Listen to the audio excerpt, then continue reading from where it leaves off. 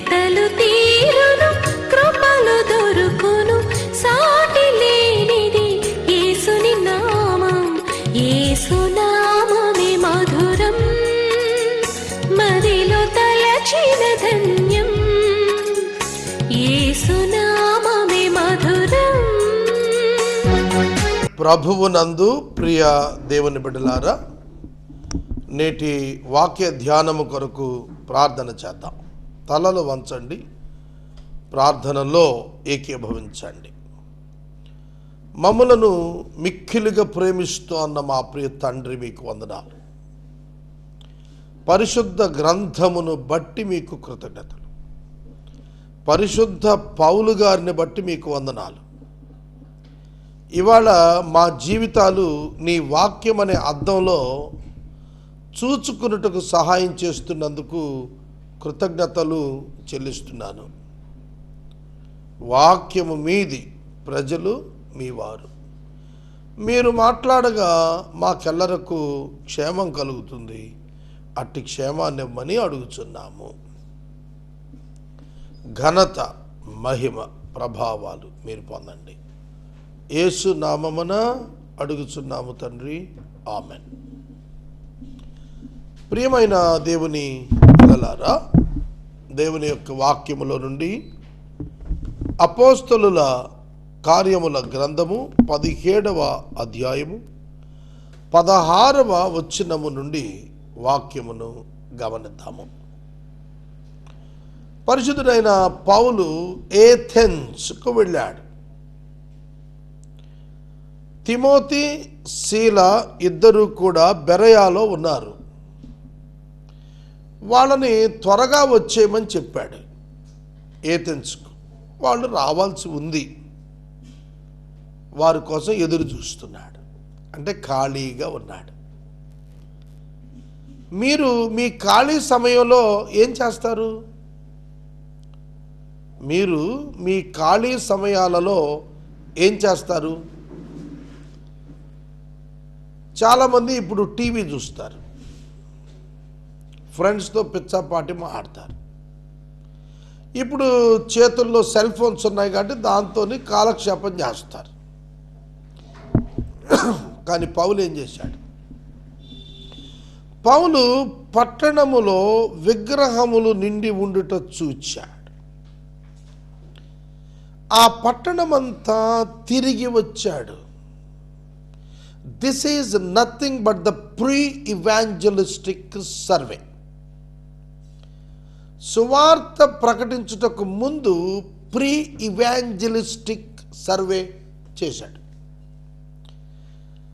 సువార్త ప్రకటనకు ముందు పరిస్థితుల పరిశీలన చేశాడు. 2-3 ఉదాహరణలు చెప్తా. ముఖ్యమంత్రి గారు వస్తున్నారు అనగానే ఎస్పీజీ పోలీస్ ముందుకు వచ్చేస్తారు. వచ్చి ఆయన ఏ వేదిక నుంచి మాట్లాడతారు, ఆయన ఏ గ్రౌండ్లో వస్తున్నారు, ఏ రోడ్లో వస్తున్నారు, ఏ కల్వర్ట్స్ ఉన్నాయో అవన్నీ చెక్ చేస్తారు. ఆయన ప్రయాణానికి ముందు చాలా చెకింగ్ అయిన తర్వాత క్లియరెన్స్ వస్తుంది, డిపార్ట్మెంటల్ క్లియరెన్స్. అది వస్తేనే బయలుదేరాలి, లేకపోతే బయలుదేరాలి. కనుక ఇవాంజలిజానికి ముందు చెక్ చేసుకుంటున్నాడు ఎట్లాంటి పరిస్థితులు ఉన్నాయి ఏమిటి అని. అలాగే మీరు క్రికెట్ ఆట మీ అందరికీ తెలుసు. బ్యాట్స్మెన్ రాగానే క్రీజులో నిలబడగానే తాను బ్యాట్తో పొజిషన్ సెట్ చేసుకుంటూ స్టేడియం వైపు చుట్టూతో చూస్తాడు. అలా చూసేది మనం అనుకుంటాం స్టేడియం వైపు చూశాడు అనుకుంటాం. స్టేడియం వైపు కాదు, గ్రౌండ్లో ఎంతమంది ఆటగాళ్ళు ఎక్కడెక్కడ ఉన్నారు, గ్రౌండ్లో ఆటగాళ్ళు ఏ పొజిషన్స్లో ఉన్నారు అనేది చూసుకుని వచ్చిన బంతిని ఖాళీ ఉన్న చోటకు తరలించడానికి ప్లాన్ చేసుకుంటాడు. ఎందుకంటే once the bowler delivers the ball, batsmen cannot assess the fielders. జాగ్రత్తగా నాల ఫీల్డర్స్ ఎక్కడెక్కడ ఉన్నారో ముందే చూసుకుంటాడు కనుసైగలతో. లేకపోతే రన్స్ రావు, బాల్తోని రాబట్టలేడు. ఈ ఫీల్డర్స్ కూడా ఏం చేస్తారంటే to confuse the batsmen wrong పొజిషన్లో నిలబడతారు. బ్యాట్స్మెన్ స్ట్రైక్కి వస్తున్నప్పుడు అతని మూమెంట్ని బట్టి పొజిషన్ మార్చేసుకుంటారు. It's all the game. ఇక్కడ కూడా Paul is conducting pre evangelistic survey. నేను భారతదేశాన్ని యేసు కొరకు సంపాదించాలా అనుకున్నాను. నేనేం చేశానంటే అనేకమైనటువంటి పరిస్థితులు పరిశీలన చేయటం నేర్చుకున్నాను. వీటిల్లో క్రైస్తవం ఎట్లా ఉన్నారు, ఎక్కడున్నారు, ఏ లెవెల్లో ఉన్నారు, వాళ్ళు ఎలా సహాయం పొందుతున్నారు, ప్రజలు ఎట్లున్నారు, వాళ్ళ నీడ్స్ ఏమిటి, ఇవన్నీ కూడా 2 సంవత్సరాలుగా ఆన్ పేపర్ ఎక్సర్సైజెస్ చేస్తున్నాను నేను. Yes, I want to save my country, I want to reach my country. దానికోసం నేను ప్రయత్నాలు చేయడానికి నేను ప్రీ ఇవాంజలిస్టిక్ సర్వే కండక్ట్ చేసుకుంటున్నాను. ఎట్లా ఉంది, ఆంధ్రాలో ఎట్లుంది, తెలంగాణ ఎట్లుంది, తమిళనాడు ఎట్లుంది, హర్యానా ఎట్లుంది, పంజాబ్ ఎట్లుంది, ఢిల్లీ ఎట్లా ఉంది, జమ్మూ ఎట్లుంది, హిమాచల్ ఎట్లుంది, ఒరిస్సా ఎట్లుంది, అస్సాం ఎట్లుంది. అర్థమవుతుంది. క్రిస్టియానిటీ ఎక్కడెక్కడ ఎట్లున్నారు, ఏ యొక్క డినామినేషన్స్ ఉన్నారు, ఇండిపెండెన్స్ ఎట్లున్నారు, బిషప్స్ ఎక్కడెక్కడున్నారు, ఇవన్నీ కూడా కలెక్ట్ చేసుకుంటున్నాను. వీటి వల్ల ఏమంటే సంఘాన్ని బలపరుచుకోవడానికి నాకు చేతనవుతుంది.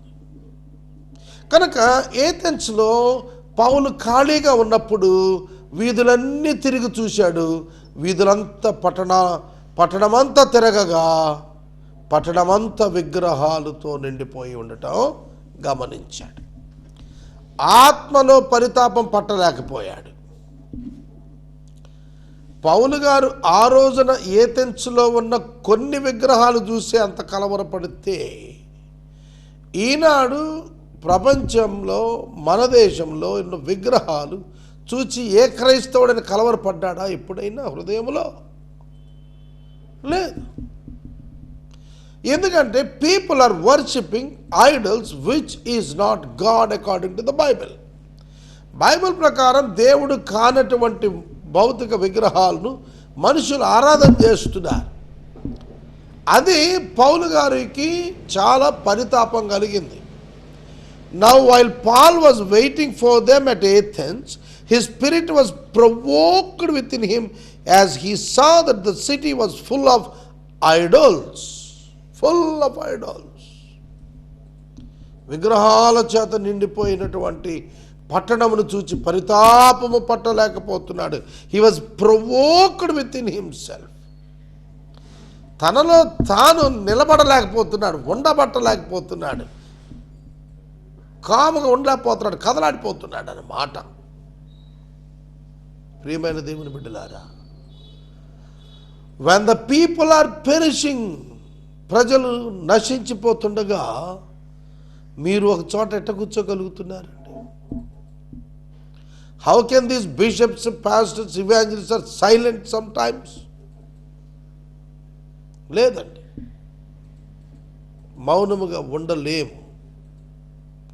ఇర్మియా అన్నాడు, నేను మౌనముగా ఉంటిని, అది నా ఎముకలలో మండుచున్న అగ్ని వలె ఉంది. ఐ కాంట్ బి సైలెంట్, నేను మౌనంగా ఉండలేను. పౌలు అంటాడు, నేను ప్రకటింపక మానితిన నాకు శ్రమ.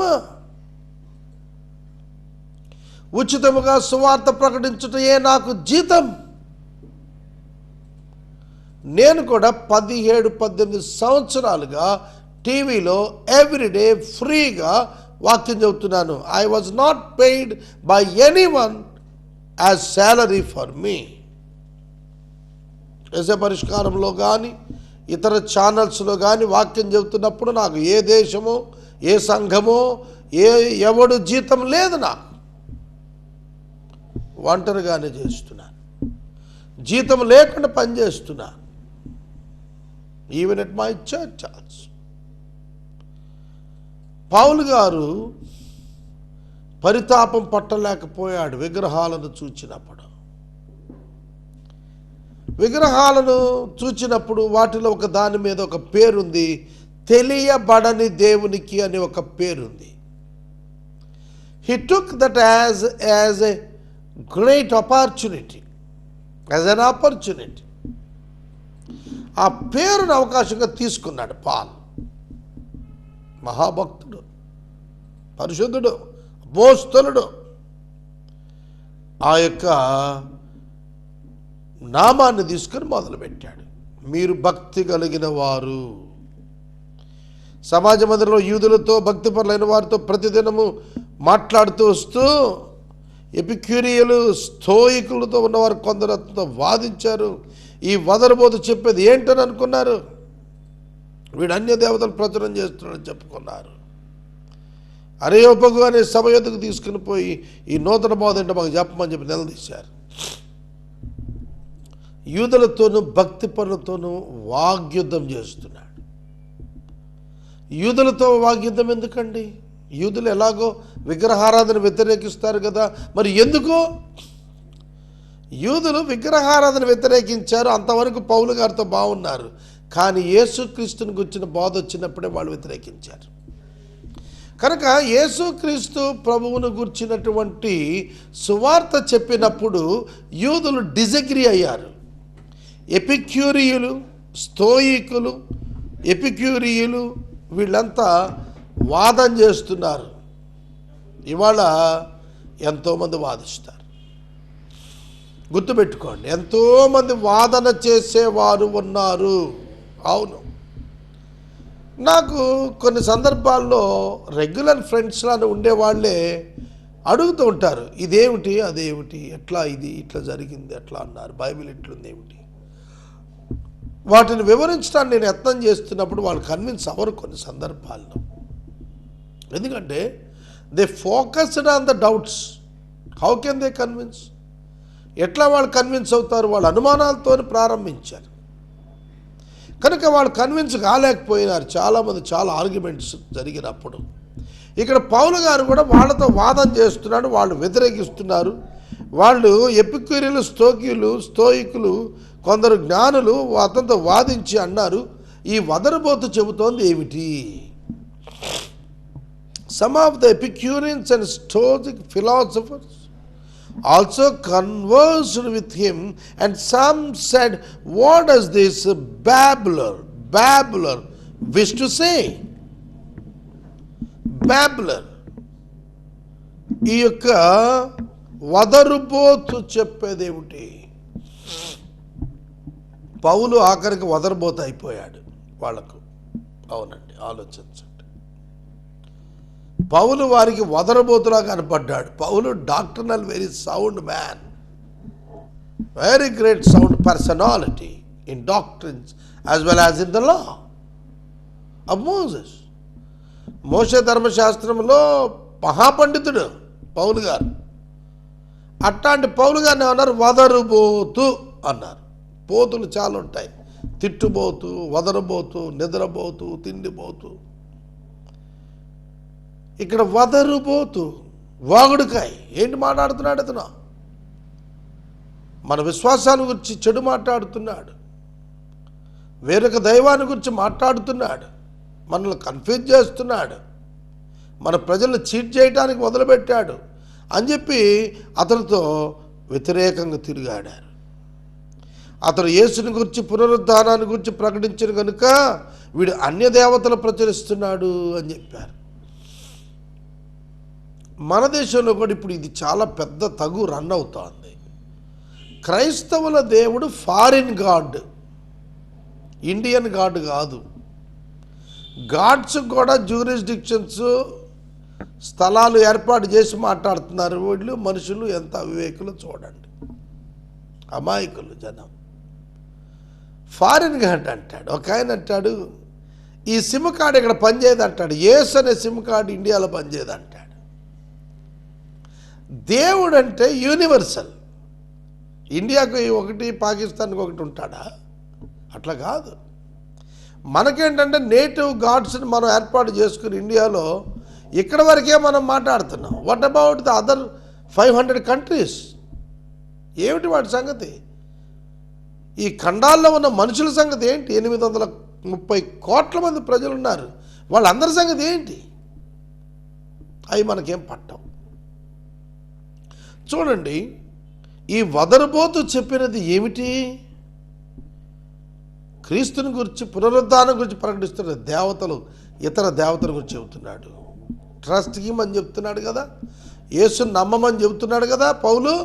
కాబట్టి వేరే దేవుళ్ళని నమ్మమని చెప్పి మన జనాంగాన్ని, మన మతాన్ని పాడు చేసేస్తున్నాడు అని చెప్పి యూదులు పౌలు మీద, ఎపిక్యూరియులు, స్తోయికులు వీళ్ళంతా కూడా తేడాగా మాట్లాడుతున్నారు. అన్ని దేవతలు ప్రార్థన చేసేస్తున్నాడు అని చెప్పి చెప్పుకుంటున్నారు.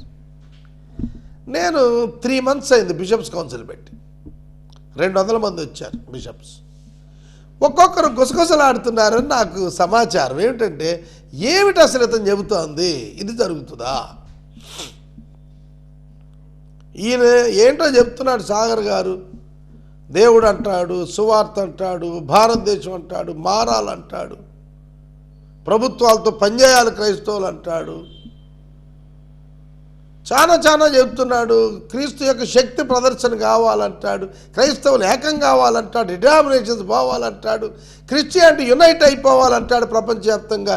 ఇన్ని చెబుతాడు. అసలు ఇవన్నీ జరుగుతాయా? ఒక్కటే ప్రాబ్లం ఏంటంటే, డబ్బు ఎక్కడ దీనికి అనేది. నా దగ్గర చూస్తే ఛార్జీలకు కూడా డబ్బులు ఉండటం లేదు, రూపాయి లేనివ్వండి, నేను ఎట్లా చేస్తాను ఇవన్నీ అని వాళ్ళ డౌట్. వాళ్ళే కాదు, అసలు మనిషి అన్నవాడు ఎవడైనా డౌట్ చేస్తాడు. కానీ నేను అంటాను, if it is the God's will, who can spoil it? If it is the God's will, he only can take the care of that. Why can't we trust that? మనం ఎందుకు దాన్ని నమ్మం? ఇది మనం ఆలోచన చేయాల్సిన విషయం. ఈ వదరబోతు చెబుతోంది ఏమిటి అసలు ఈ బిషప్ గారు మాట్లాడుతోంది? ఇప్పుడు పౌలు టైటిల్ నాకు తగిలిచ్చారు చాలామంది బిషప్స్, నన్ను వదరబోతు అంటున్నారు. I feel proud of the title. ఎందుకంటే వాళ్ళకి అర్థమయ్యేటి చెప్పడానికి కొంచెం టైం పడుతుంది, కానీ వారు అర్థం చేసుకుంటారు. If you can sincerely explain about the works of God, people will surely understand and be with you. నీతో ఉంటారు వాళ్ళు. యేసు ప్రభువుని సిలువేశారు. ఆయన తిరిగి లేచి వెళ్ళిపోయిన తర్వాత యెరూషలేములో పేతురు గారు ప్రసంగం చేస్తే 3,000 మంది వచ్చి నమ్మారు.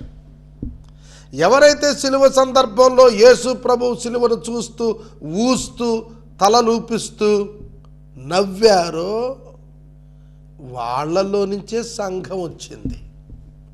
ప్రియమైన దేవుని బిడ్డలారా, దేవుని యొక్క వాక్యము మనకు జ్ఞాపకం చేస్తున్నది, పౌలు యొక్క మాటలు పౌలు మాటలు కాదు, అవి దేవుని మాటలు.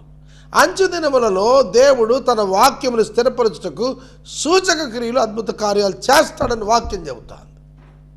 న్యూ టెస్టిమెంట్లో కూడాను ఫస్ట్ జనరేషన్లో సువార్తీకరణ కొరకు అనేక ఆశ్చర్య కార్యాలు ప్రభు చేయించాడు. అందుకే నేను ఎప్పుడు చెబుతాను, దేవునికి అసాధ్యమైంది ఏది లేదని. If you start anything in the name of Jesus, if you can continue it, God can guide you to complete it. దేవుడు నిన్ను దాన్ని పూర్తి చేయడానికి ముందుకు తీసుకెళ్తాడు. Whatever the task it might be, God can take it over, no problem. నేను అనేక సందర్భాల్లో మాట్లాడినప్పుడు ఇదే చెబుతున్నాను. నా మిత్రుడు ఒక ఆయన జబేజ్ అనేటువంటి ఆయన హైదరాబాదులో మార్చి 13, 14, 15 తరగతి నేషనల్ మీట్ ఒకటి పెట్టాడు. అందులో కొన్ని 100 మంది బిషప్స్ నాయకులు కలిసి సువార్త అందని ప్రాంతాలను అడాప్ట్ చేసుకుని అగ్రిమెంట్ చేసుకొని పంపాలా, అది ఆయన విజన్. నిన్న ఆయన నాతో చాలాసేపు మాట్లాడినప్పుడు కంఫర్టబుల్గా ఉన్న చర్చ్ నుంచి అన్రీచ్డ్ ఏరియాకి ఎవరు మనుషులను పంపిస్తారు, ఎవరు సువార్థికులను పంపిస్తారో వాళ్ళ కోసం నేను మీటింగ్ ఏర్పాటు చేస్తున్నాను అన్నాడు. It's a different vision, beautiful vision. నేను కూడా అందులో భాగస్తున్నా. అయ్యా, అందులో పెద్ద ఆర్గనైజేషన్స్ 8 ఆర్గనైజేషన్స్ ముందుకు వచ్చాయి. నేను కూడా వెళ్ళి జాయిన్ అయ్యాను. సువార్థీకరణ కొరకు కృషి చేస్తున్న సోదరునితో భుజాన్ని తగిలించి ఉంచాను. నేను మనవి చేస్తున్నాను, పౌలు వదరబోతు కాదు, వారి రక్షణ కొరకు కావలసిన వాక్యాన్ని బోధిస్తున్నవాడు. పరలోకము నుండి దిగవచ్చిన దేవుని కుమారుని యొక్క వివరణ అందిస్తున్నవాడు. ఇది గ్రహించక వారు పోట్లాడుతున్నారు, దెబ్బలాడుతున్నారు. తమను రక్షించటానికి వచ్చిన యేసును చంపేసుకున్నారు. తమను రక్షించటానికి కొరకు సువార్తను పంపితే పౌలును హింసించబోతున్నారు. ఇవాళకి లోకం అలాగే ఉందండి. లోకం ఏమీ మారలేదు, అట్లాగే ఉన్నారు. Even today they are threatening the servants of God in India, in so many areas, చాలా ప్రాంతాల్లో. అంతటి వారు పౌలుని పట్టుకొని అన్యదేవతలు ప్రచురిస్తున్నారు, పట్టుకొని తీసుకొచ్చి అరేయోపగు అని ఒక సభ దగ్గరికి తీసుకొచ్చారు. It's ultimate one. అరేయోపగు is the ultimate one. Areopagus అన్నారు దీన్ని ఇంగ్లీష్లో. అరేయోపగు అనేటువంటిది ఒక సభ, నేమ్ ఆఫ్ ద గ్రూప్. అక్కడ తీసుకొచ్చారు. They were the judges. అక్కడికి తీసుకొచ్చి అక్కడ విచారణ చేపట్టినప్పుడు, నీవు చేస్తున్న నీ నూతన బోధ ఎట్టిదో మేము తెలుసుకోవచ్చా అని అడిగారు. అది ఒక కౌన్సిల్, అది ఇట్స్ లైక్ ఎ మ్యాజిస్ట్రేట్ పవర్స్తో ఉన్నటువంటిది. అందుకని అక్కడ వాళ్ళు అడిగారు, వాట్ ఈజ్ యువర్ ఫెయిత్? ఏం మాట్లాడుతున్నావు, ఏం బోధ చేస్తున్నావు, కొత్త బోధ అంటున్నారు మా వాళ్ళు, లెట్ us know దట్, మాకు కూడా చెప్పేంటో వింటామన్నారు. కానీ కొన్ని కొత్త సంగతులు మా చెవులకు వినిపిస్తున్నావు కనుక వీటి భావం ఏమిటో తెలుసుకుని కోరుచున్నావు అని చెప్పారు. ఏథెన్స్ వారందరూ అక్కడ నివసించే పరదేశులు ఏదో ఒక కొత్త సంగతి చెప్పుటేందు వింటేందు మాత్రమే తమ కాలాన్ని గడుపుతూ ఉంటారు. ఏథెన్స్ వారు, గ్రీసు వారికి ఒక లక్షణం ఉంది, ఏమిటంటే ఏదో ఒక ఇన్వెన్షన్ తెలుసుకోవాలి, ఏదో కొత్తదనం నేర్చుకోవాలా, ఏదో ఒక కొత్తదనం నేర్చుకోవాలా. అది వాళ్ళ యాంబిషన్, ఇంటెన్షన్. మనకు అస్సలు ఉండదు అది, ఇండియన్స్కి. మనము రీసెర్చ్లో చాలా పూర్ అండి, వెనకబడిపోయాం. మనం అనుభవిస్తున్న వస్తువులన్నీ ఎవడో కనిపెట్టినవి. మన ఇండియన్స్గా మనం ఏం కనిపెట్టినాం? మనకి రాష్ట్రపతిగా చేసిన అబ్దుల్ కలాం గారు చేసినటువంటి ఆ ఉపగ్రహాలు పంపించినటువంటి ఆ విధానం ఉందే, అది ప్రపంచాన్ని ఆకర్షించింది. As a great Indian we should proud of him. అతని గురించి గర్వించాలి. అట్లాంటి ఇస్రో నుంచి శాటిలైట్స్ పంపించాడు పైకి, ప్రపంచం అంతా ఉపయోగపడుతున్నాయి అవి. ఇవాళ మనం చూస్తున్నటువంటి టెలిఫోన్ విప్లవం ఉన్నదే, సెల్ ఫోన్ టెలిఫోన్ విప్లవం. డేటాబేస్ తీసుకొని మనం చక్కగా ప్రపంచాన్ని మన చేతిలో పెట్టుకొని చూస్తున్నామే.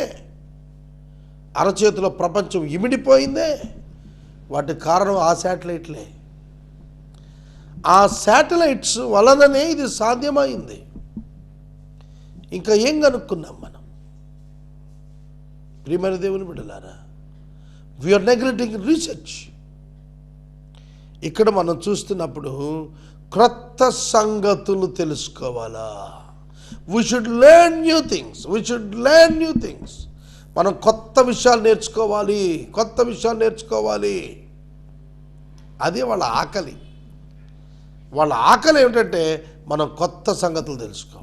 గ్రీకు వాళ్ళ యొక్క ఆకలి అది. పౌలు గారు చాలా కొత్త సంగతులు చెప్పాడు వాళ్ళకి. పరలోకాన్ని గురించిన ప్రతి సంగతి గ్రీకు వాళ్ళకు కొత్త సంగతే. నిత్యరాజ్యం గురించిన ప్రతి సంగతి కొత్త సంగతే. కాబట్టి పౌలు తాను వారితో క్రొత్త సంగతుల గురించి వారు తెలుసుకోవాలనుకున్నప్పుడు వారితో మాట్లాడాడు, వారి మధ్య నిలబడ్డాడు, వారికి మాట్లాడి చెబుతున్నాడు, ఏథెన్స్ వారలారా, మీరు సమస్త విషయములలోనూ దేవతా భక్తి కలిగిన వారి వలె నాకు కనబడుతున్నారు. పొగుడుతున్నాడు. దేవతా ప్రతిఫలం చూస్తుంటే నాకు బలిపీఠం కనపడింది, మీకేమో దేవతా భక్తి ఎక్కువగా ఉంది. You are so great. మనమైతే అలా మాట్లాడతామా? పౌలు గారు ప్రీ ఎవాంజలిస్టిక్ సర్వే చేసినప్పుడు వచ్చిన అవకాశాన్ని ఎట్ట వాడుకున్నాడు.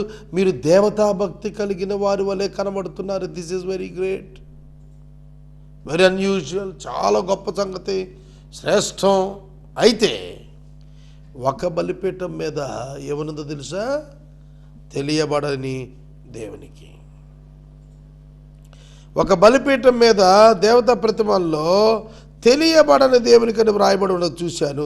మీరు తెలియక దేని యందు విశ్వాసం ఉంచి ఉన్నారో, భక్తి కలిగి ఉన్నారో దానిని నేను మీకు ప్రచురం చేస్తా,